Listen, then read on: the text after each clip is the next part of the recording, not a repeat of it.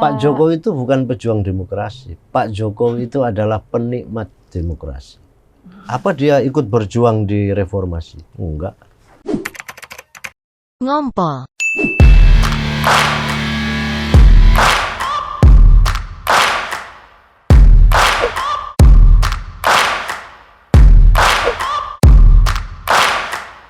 Hai guys, balik lagi nih sama gue Debbie Wage di Ngumpul-Ngompol. Dan seperti biasa gue selalu ditemanin dua orang paling oke menurut gue.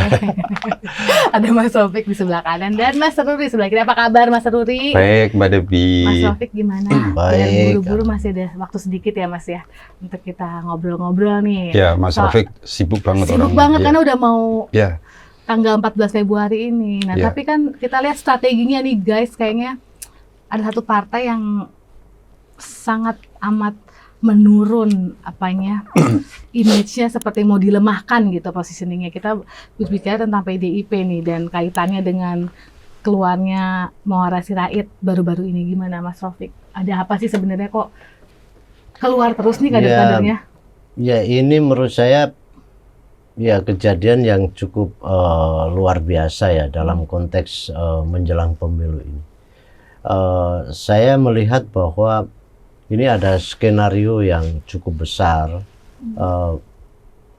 Apa yang dilakukan oleh Maruhara ini sebenarnya mundur atau masuk di dalam sebuah partai politik itu sesuatu yang biasa. Tetapi ketika dia mundur menjelang pemilu yang tinggal menunggu menghitung hari, ini sesuatu yang sangat luar biasa. Pasti ada jalan pikiran yang membuat mundurnya arah ini akan berdampak, diharapkan ada dampak yang cukup besar. Dan ini tidak terjadi secara alami. Kita melihat memang arah ini kan berteman baik sama Pak Jokowi ya. Sejak Pilpres yang pertama, sejak Pilpres yang pertama itu kan arah ini mau dilantik menjadi menteri kan. Tetapi karena ada tidak melalui prosedur secara internal maka dia gagal untuk menjadi menteri. Nah, tetapi kan karena ada persahabatan yang baik itu maka tetap terus diperankan arah ini oleh Pak Jokowi. Walaupun memang tidak ditampakkan jabatan publiknya, tapi kita bisa melihat peran arah ini memang sangat signifikan. Nah, yang kedua saya kira ada alasan yang sangat politis dengan mundurnya menjelang pemilu ini diharapkan memang PDIP sendiri juga akan menurun. Yang kedua calon presiden yang akan didukung oleh PDIP ini juga bisa menurun. Sudah pasti ini adalah ada skenario yang cukup matang dan kita bisa melihat memang keperpihakannya itu ada di pasangan 02 ya, walaupun memang ini secara tidak langsung, tetapi anak dari Maruhara Sirait ini kan juga sudah mendukung menjadi bagian dari tim suksesnya Pak Prabowo dalam konteks ini. Nah, tentu ini menurut saya ada satu aksi kejahatan dalam konteks ini ya. Ada niat yang kurang baik dalam konteks ini. Tetapi ya kalau kita melihat respon dari PDIP ya biasa-biasa saja. Apa yang dikomentari oleh Mas Hasto, oleh elit-elit PDIP yang lain ya mereka sama-sama mengucapkan terima kasih. Tetapi ini adalah satu peristiwa yang menurut saya tidak biasa-biasa saja. Apakah ini salah satu strategi untuk melemahkan, kan partai pengusung Ganjar terbesar memang PDIP? Ya, memang itu satu reaksi yang akan ditimbulkan dengan adanya mundur itu. Maka kan kita bisa melihat ada beberapa kadernya di tempat di mana Maruhara menjadi anggota dewan yang dulu itu mundur, ada 120 kader segala macam tapi kan yang dulu sempat saya banget. lihat. Kalau kemarin kan kalah ya. Dulunya 2 periode yang lalu gitu. Kemarin Ya, kalah. tetapi kan Tetap mungkin ada. itu menjadi bagian dari basis pendukung kan. Jadi dia mengikuti apa yang dia lakukan. Tetapi ya di luar itu memang ini sebuah aksi nyata bagaimana ini bisa mendowngrade. Harapannya bisa mendowngrade PDIP, bisa mendowngrade Mas Ganjar dalam konteks Pilpres ini. Ya, tetapi ya inilah politik yang ada nilai, ada etika, ada segala macam yang menurut saya dalam pandangan saya ini tidak terpenuhi. Tetapi ya sudahlah, ini kan bagian dari sikap politik yang menurut saya rakyat juga akan menilai bahwa ini adalah bagian dari skenario dan rakyat juga akan semakin memahami bahwa aksi ini toh juga dianggap akan biasa-biasa saja. Iya, tapi ini memang luar biasa ya, karena PDIP sebagai mungkin partai yang paling besar di saat ini ya, bisa banyak sekali kader-kadernya yang berpindah gitu loh. Iya. Mas Budiman, Iya. gimana Mas Rudi? Iya. Jadi ini memang bagian dari setting agenda Pak Jokowi. Jadi yang di bawah masyarakat itu udah dipengaruhi dengan berbagai cara agar tidak memilih paslon nomor 3, ya kan, disuruh bagaimana dipengaruhi untuk memilih paslon nomor 2 dengan berbagai cara kan, seperti yang terjadi sekarang ini, banyaknya potensi-potensi kecurangan. Nah, masuk ke ranahnya PDI ini sebetulnya juga bagian dari strategi bagaimana keinginan untuk memenangkan Pak Prabowo menang 1 putaran itu bisa terlaksana dengan tentunya dengan cepat ya, karena apapun PDI ini adalah sebagai pusaran kekuatannya Ganjar. Nah, PDI ini dikenal sebagai partai atau konstituennya PDI ini adalah dikenal sebagai partai yang loyal, konstituen yang loyal. Jadi kalau pusaran kekuatannya Ganjar ini dirobohkan, jadi keinginan untuk bisa memenangkan paslon nomor 2 itu bisa lebih mudah. Kalau menurut hemat saya, keinginan untuk mengganggu pusaran kekuatan Ganjar yang di PDI ini itu tidak gampang. Tidak gampangnya ini adalah Megawati itu udah cukup lama mengalami ujian yang berat, gitu kan. Dulu zaman Pak Harto seperti apa Ibu Megawati itu diperlakukan sangat tidak baik oleh rezim Pak Harto, ya kan. Tapi konstituennya tidak kabur, tidak pergi, dan tetap loyal sama Megawati sebagai putri Bung Karno, gitu kan. Nah, sekarang ini itu mau dicoba lagi dengan mengganggu kekuatan PDI.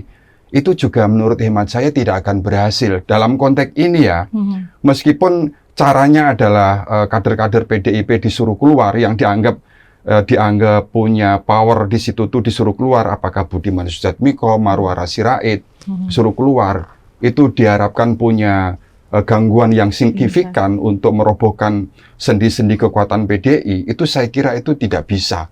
Nah, kenapa? Karena itu udah dilakukan pada saat misalnya gerakan-gerakan yang mencoba untuk menggoyang PDI, untuk mendorong Pak Jokowi mengambil alih PDI, itu kan tidak berhasil juga.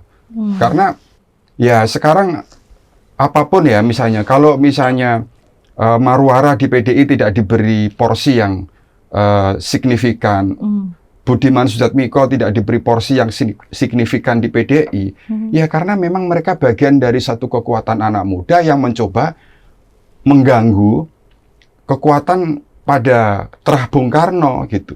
Ini Puan ini kan sebagai generasi yang memang tumbuh akan menjadi wakilnya, akan menjadi penerusnya Megawati. Nah, kalau Puan ini diganggu oleh generasi pendatang, ya mohon maaf, ya kan, keluarga Soekarno atau loyalis Soekarno pasti tidak akan terima. Jadi sebetulnya dalam politik kepartaian itu ya wajar kalau Budiman Sujatmiko tidak diberi peran signifikan, Marwara Sirait tidak diberi peran signifikan, lalu kemudian mereka mengambil alih mundur itu kemudian diterjemahkan bahwa dia itu satu kekuatan yang diambil agar sendi-sendi PDI itu roboh. Saya kira enggak. Buat kami nih ya, menurut hemat saya, Budiman di PDI itu nothing. Marwara meskipun dia itu keturunan Pak Sabam Sirait sebagai wakil dari Pak Sabam kan itu kan bagian kekuatan PDI pada saat itu. Tapi Pak Sabam sudah nggak ada. Jadi tinggal Marwara sebagai generasinya. Tapi ya lain, kalau Pak Sabam ini Soekarno banget, kira-kira begitu. Nah kalau Pak Marwara ini dengan posisi in between ini, ya pasti keluarga Soekarno ini Soekarno banget apa enggak sih? Kan pasti begitu. Soekarno banget apa Jokowi banget? Nah, itu makanya. Sekarang udah Jokowi banget nah, ya. sekarang kan sudah bukan Soekarno banget lagi. Kalau begitu kan Jokowi banget itu. Jadi, menurut hemat saya, memang di sana, dari sisi perspektif Pak Jokowi, Marwara mundur itu bagian dari setting agenda agar ini membantu merobohkan kekuatannya itu. Tapi itu sih menurut hemat saya, tapi sulit. apa memang PDIP harus mempertahankan trust Soekarno ya? Kalau memang misalnya polling lebih banyak suka dengan kadernya yang bukan trust Soekarno, gimana nih? Ya, berpartai itu kan ada sebuah nilai, ada nilai perjuangan yang memang harus dilakukan oleh setiap kader, setiap pengurus, dan harus diingat bahwa PDIP ini adalah gabungan dari partai-partai yang dulu ada istilah fusi itu kan, dan di situ trust Soekarno ada di sana, bagaimana PNI dan segala macam.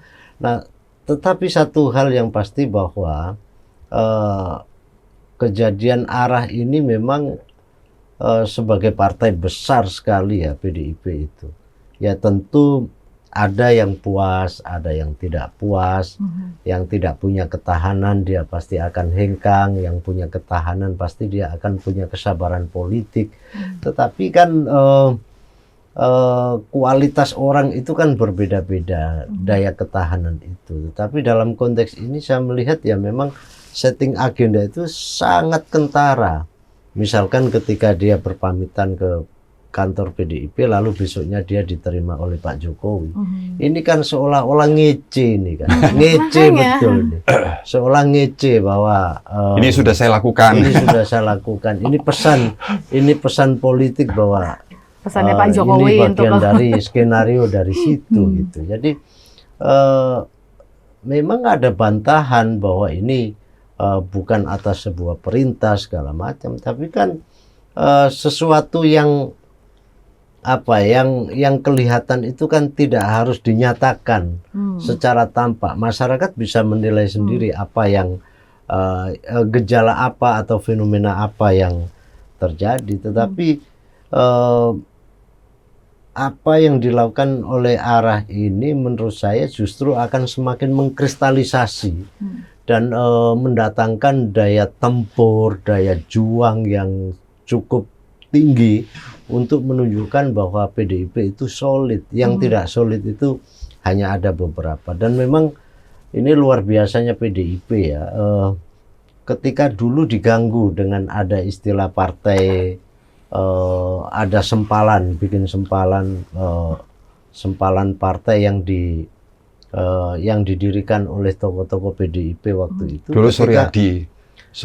Bukan. Yang sesudahnya ya. Yang partai PDP misalkan, Partai Demokrasi Pembaru, itu kan bagian dari sempalan PDIP. Tetapi pada saat pemilu juga tidak lolos parliamentary threshold. Beda dengan Golkar. Golkar itu anak-anaknya itu sudah banyak sekali. Ada Nasdem, ada Gerindra, ada Hanura, ada PKPI. Banyak lagi partai-partai yang dilahirkan dari tokoh-tokoh Golkar. Tetapi di PDIP tidak terjadi itu. Jadi ada soliditas mereka itu lebih menganut kepada Bung Karno, yang kedua juga lebih menganut kepada PDIP. Dia sudah mendarah daging. Jadi penting menjaga trust Soekarno ini penting ya untuk menjaga PDIP. Ya sangat penting karena itu untuk menjaga arah perjuangan partai. Saya kira bukan hanya di PDIP ya kan, kalau namanya founder ya kan itu ya pasti dia harus melindungi, mempertahankan, memperjuangkan terus-menerus. Ya seperti di PDI, itu paham Soekarno itu tidak akan pernah mati selama PDI masih ada gitu kan. Nggak usah PDI, Partai Demokrat, ya kan sekarang pun apapun SBY juga berjuang mati-matian mempertahankan itu harus diwariskan oleh generasinya. Sama, partai-partai yang lain juga pasti begitu. Makanya Pak Jokowi juga pengen diwariskan. Nah, karena kan padahal nggak punya partai, makanya ke PSI gitu. Iya, itu.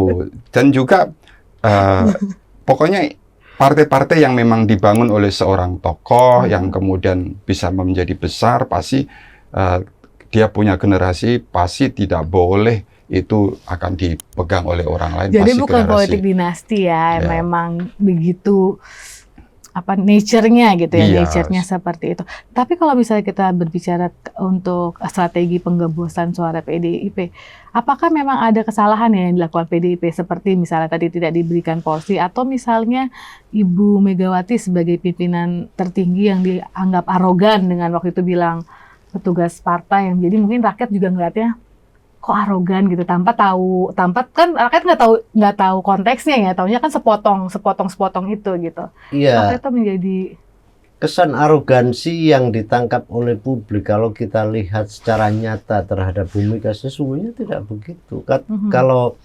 Kalau kita lihat Bu Mega itu lebih dekat, Bu Mega itu benar-benar menjadi seorang negarawan yang sangat luar biasa. Rakyat nggak bisa sedekat Mas Taufik gitu misalnya. Memang dalam konteks komunikasi itu yang seharusnya menjadi komunikasi internal lalu menjadi publik, menjadi komunikasi publik, itu akhirnya memunculkan sebuah tafsiran-tafsiran. Seharusnya ya misalkan kalau Pak Jokowi itu dianggap sebagai anaknya sendiri atau dianggap sebagai bagian dari kader intinya sendiri, mau disebut apa aja kan mestinya sesuatu yang biasa-biasa saja. Atau dia juga lahir, digendong, dibesarkan oleh PDIP sekian lama, selama 23 tahun. Tapi mungkin yang menganggap anaknya, Bu Mega menganggap Jokowi anaknya, mungkin Jokowi nggak nganggap itu ibunya ya. Ya inilah dan sakit dan malah rakyat tuh jadi kesannya jadi maling kundang dong. Ya, jadi inilah yang kita sebut bahwa berkuasa itu perlu etika. Berkuasa itu perlu value, perlu nilai sehingga dia tidak lupa diri. Kalau berkuasa hanya mengedepankan pada aspek machiavellis, ya runtuh tatanan demokrasi yang ada ini. Dan menurut saya inilah khas demokrasi di Indonesia, di mana seorang presiden itu memang dilahirkan dari partai politik yang tentu saja setiap partai pasti akan mengharapkan dari setiap keterpilihan dia sebagai seorang presiden, dia mengabdi kepada bangsa dan negara. Saya kira PDI kan tidak pernah mengganggu juga soal personalitinya Pak Jokowi. Kamu harus lakukan ini, kamu harus lakukan itu, kan tidak pernah dicampuri. Urusan sebagai kepala negara, sebagai kepala sebagai presiden, sebagai kepala pemerintahan, toh tidak pernah dicampuri. Hanya yang jadi happening itu ketika Bu Mega bilang Jokowi itu jadi petugas partai. Itu sebetulnya kan itu aja. Tapi kan itu jadi besar ya gitu kan multi mining kan itu. Ya betul, ya, tetapi kan tafsiran di internal itu kan sesungguhnya ya petugas ya yang ditugaskan, dia jadi presiden karena ditugaskan oleh partai. Persepsi internal mengerti, tapi kan rakyat banyak nggak mengerti. Nah inilah pentingnya kita memahami bahwa ini sebuah karakter demokrasi yang ada di Indonesia, bahwa setiap kader-kader partai yang terbaik, ya kayak misalkan Pak Prabowo itu kan kader terbaiknya Partai Gerindra. Muhaimin Iskandar itu juga kader terbaiknya Partai PKB misalkan. Nah, ini kan menjadi sebuah keharusan bagi partai politik itu mengutus atau menugaskan kader terbaiknya untuk menjadi calon presiden atau calon wakil presiden. Itu sesuatu yang lumrah gitu. Jadi tetapi kan oleh rivalitas ini dibolak-balikkan makna itu yang pada akhirnya bisa menggerus rasa keikhlasan, menggerus rasa daya keterimaan, sehingga itu menjadi unsur kebencian. Nah, tentu inilah yang menjadi sebuah reaksi yang berakibat pada sesuatu yang negatif. Karena mungkin ini juga baru pertama kalinya ya presiden tapi bukan yang punya partai gitu. Iya nggak sih? Presiden yang bukan punya partai. Jokowi itu presidennya dari PDIP kok. Partainya dari PDIP. Maksudnya presiden yang bukan ketua partai. Presiden yang bukan ketua partai. SBY juga di awal periode juga bukan ketua partai. Bukan ya? Gus Dur juga bukan ketua partai. Jadi sebenarnya tetapi inilah jiwa kenegarawan seseorang itu pada saat berkuasa itu diuji. Nah, saya lihat memang apa karena kayak Jokowi pada saat jadi presiden juga kayak, maksudnya kalau kita lihat Pak SBY kan memang kayak tokoh sentral ya. Pak Jokowi itu bukan pejuang demokrasi. Pak Jokowi itu adalah penikmat demokrasi. Apa dia ikut berjuang di reformasi? Enggak. Tapi gini, kalau boleh sih saya sebagai bagian dari anak bangsa ikut menasihatin Pak Jokowi. Jadi dalam situasi begini nih, udahlah jangan terlalu kebablasan. Kira-kira begitu. Jangan ini nih ibaratnya banteng ini udah marah. Hatinya itu udah panas, pikirannya itu udah panas, udah marah ini dengan gangguan apa yang dilakukan oleh Pak Jokowi ini. Jadi kalau ini diteruskan, itu namanya bandeng ketaton, itu marahnya bisa akan luar biasa. Maka ini Pak Jokowi itu hati-hati, jangan sampai ada istilah legenda maling kundang yang ingkar sama ibunya. Nah, Pak Jokowi itu dari mana dia dibesarkannya di politik itu? Siapa yang membesarkan? Tiba-tiba dia besar? Enggak kan? Dia itu dibesarkan oleh Ibu Megawati, semua orang tahu. Ya kan? Nah, sekarang kalau sampai dia mencederai dalam tanda kutip ya, ibunya sendiri, yang membesarkan dia sendiri, yang memberi ruang besar dia sendiri, lalu dia seperti itu ya, nanti orang akan bilang, loh, awas loh, jangan sampai jadi maling kundang loh. Kualat gitu ya. Kualat lah. Nah, itu yang berbahaya. Mungkin dalam istilah politik itu nggak lazim maling kundang. Itu kan legenda. Tapi kalau namanya orang udah bisa bilang, jangan jadi maling kundang loh, itu berbahaya sekali. Maka Pak Jokowi ini harus benar-benar merenung, ya kan, agar dia itu tetap menjadi negarawan yang bisa dilihat sebagai tokoh yang memang baik buat negeri ini. Jangan sampai kalau sampai udah kena stigma maling kundang, wah berbahaya, kira-kira begitu. Ya, Mas Taufik mungkin ada tambahan statement. Ya, saya kira terakhir yang penting untuk dilakukan adalah sebagai bagian dari saran dan ini aspirasi dari rakyat Indonesia, ya sebagai presiden harus netral. Kira-kira ada lagi nggak terhadap dalam situasi politik terkait dengan kepemiluan ini, karena kalau itu tidak dilakukan, pasti ini akan menyakiti sebuah proses demokrasi yang sudah berjalan. Kita juga sudah melihat cemoohan masyarakat luar negeri bahwa demokrasi di Indonesia memasuki lorong gelap. Jokowi lebih menguatkan pada kekuatan dinasti dan segala macam. Ini kan buruk. Yang dirugikan ini rakyat, bukan pribadi. Jadi menurut saya masih ada waktu. Tunjukkan sebagai pemimpin yang besar, pemimpin yang punya jiwa keadilan, agar rakyat ini juga bisa mengantarkan sebuah proses demokrasi ini menjadi lebih baik. Nah, sebelum closing nih, kira-kira dalam strategi penggembosan suara PDIP ini ya, ada lagi nggak nih kadernya yang akan keluar menurut pandangan Mas Taufik dan Mas Ruri? Saya kira berapapun yang akan keluar nanti itu tidak akan mendatangkan masalah, karena soliditas di internal PDI itu sudah sangat teruji. Apapun tadi yang sudah disampaikan, Bu Mega itu sudah jatuh bangun dalam mengantarkan ikut mengantarkan kemerdekaan Indonesia ini, sekaligus ikut menjaga demokrasi ini, sangat jatuh bangun dan beliau sudah sangat matang. Kalau soal kayak begini ini soal gimmick aja, soal kecil-kecil lah. Ada Ramalan saya siapa kira- yang akan keluar Enggak, saya kira sih lagi? nggak tahu ya, tapi mau tambah berapapun yang keluar buat PDI tidak berpengaruh. Karena Bu Mega itu punya magnitude yang human magnitude yang sangat baik buat kader-kadernya di bawah. Jadi selama Ibu Mega masih ada, saya kira sulit ya menggoyahkan pertahanan PDIP. Oke. Tidak tahu nanti kalau Bu Mega sudah tidak ada, apakah pertahanan itu bisa dikendalikan oleh Puan Maharani. Nah, itu. Tapi kalau selama Ibu Megawati masih ada, ya jangan coba-coba, kira-kira begitu. Oke guys, gimana kalian setuju nggak guys? Karena kita juga butuh komen kalian nanti ya. Menurut kalian gimana nih? Apakah para kader-kader PDIP yang keluar memang strategi besar? Kalian setuju nggak dengan ini? Atau menurut kalian ya memang arogansi itu berpengaruh besar gitu ya. Kita butuh banget nih, dan jangan berpikir kita ini kader PDIP ya guys, karena kita bukan. Ini kita memang tapi ini untuk kepentingan perbaikan bangsa, untuk kepentingan perbaikan Jadi bangsa. siapapun boleh memberikan opini dalam konteks yang konstruktif, Iya. ya kan?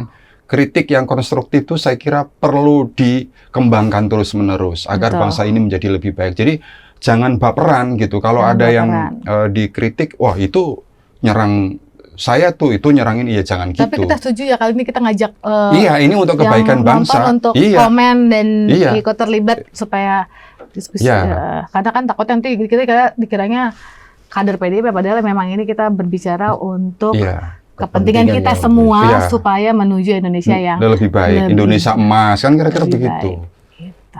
Oke guys, ada lagi yang mau disampaikan? Cukup. Kalau gitu Ya. kita tutup guys. Bye guys.